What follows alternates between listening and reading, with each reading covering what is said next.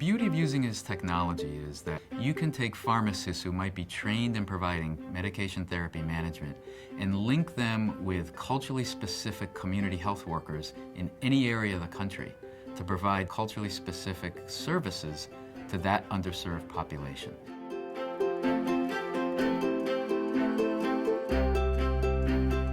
My name's Tom Buckley. I'm an assistant clinical professor at the University of Connecticut School of Pharmacy. And I'm also executive director of a project called PharmNetX, which is a subsidiary of the Connecticut Pharmacists Foundation. This is a group where we've brought together pharmacists as a network to provide clinical services to mostly underserved populations. Medication therapy management is a process where pharmacists work with patients and their providers with the goal of optimizing medication therapy for that patient. Our project specifically focused on Cambodian-Americans that were underserved. The Cambodian-American population has very poor health status for many reasons. They are victims of torture and trauma from the Khmer Rouge. That has led to rates of depression and post-traumatic stress disorder of over 60%, 5 to 6 times the rates of diabetes, very high rates of cardiovascular disease, 2 to 3 times the rate of stroke than the American population. So in all, just very poor health outcomes. Video conferencing was used because the Cambodian population has reservations about talking about their therapies over the phone. It was very important to have eye-to-eye contact with these patients. So we used high-definition video conferencing technology, and we needed to train the pharmacists and community health workers to look directly into the camera while they're providing that information. And we found that was able to improve the communication, allowing them to open up about their medical histories. And that's a half a tablet every day. What time of the day does she take that? Only half tablet once a day. Once a day, okay. In the morning. It's possible for the healthcare provider to come right to the home of the patient by using telemedicine, and it really establishes a more personal relationship, and issues that may not be understood in the office become clearer when people are talking from home.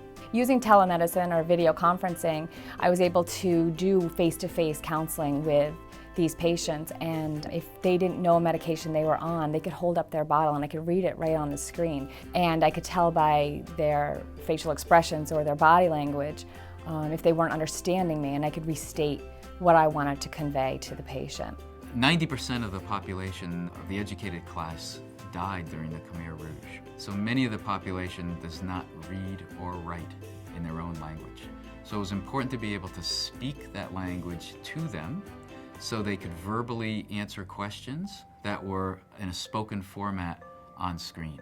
It is challenging getting patients to take the medications properly, and oftentimes it's just because of simple misunderstanding or lack of understanding of a condition or a reason that they should be taking a medication. Sometimes it's cultural. So we made sure that our pharmacists and our community health workers were trained in the cultural attributes of the Cambodian population to find out what makes them either accept medication and health services in general, what provides barriers for them to seek out care.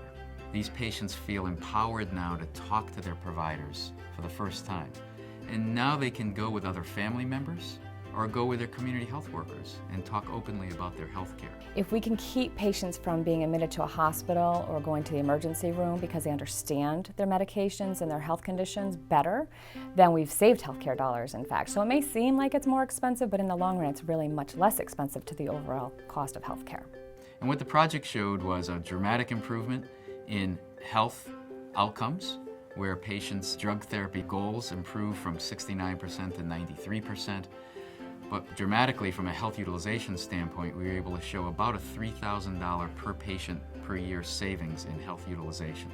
From a ratio of what it cost to provide the service to what we saved in health cost avoidance, it was on the order of 5 to 6 to 1.